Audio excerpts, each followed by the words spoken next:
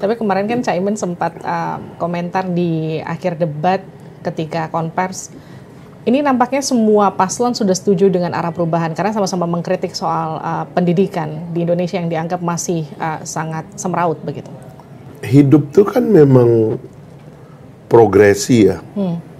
Dan to some extent progresi itu kan adalah perubahan. Saya kan suka bilang bahkan telur suatu hari bisa berjalan karena dia jadi ayam kan begitu. Jadi kan itu hidup begitu. Cuman yang ditanya oleh orang misalnya perubahan.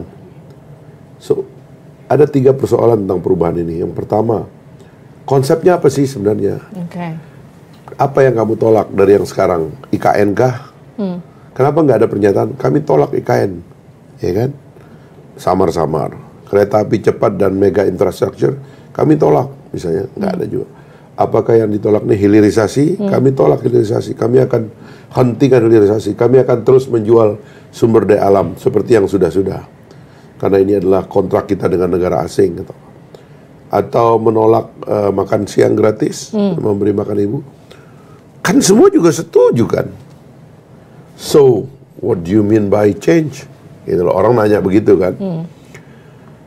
Jadi konsepnya itu nggak jelas sebenarnya itu. Ini ada persoalan yang digugat karena tadi tidak pernah kita kontestasikan secara serius. Nah yang kedua itu, armada yang disebut pembaharuan itu siapa? Ketika kita di belakang misalnya kasus Anies Baswedan Muhaimin, begitu dia tengok belakang dia bilang perubahan. Tapi Nasdem sama PKB masih di dalam. So waktu kita menyerang kabinet, yang kita serang ini diri kita sendiri. We are melukai diri sendiri pada dasarnya gitu loh.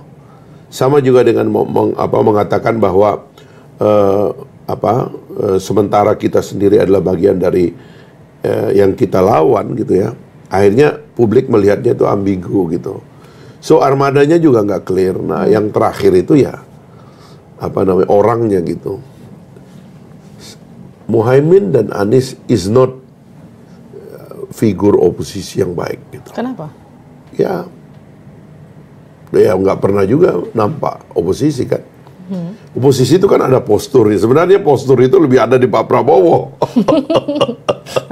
Karena dia hidup dalam tradisi oposisi yang lama sekali. Tapi karena 2019 dia bersama Pak Jokowi rekonsiliasi.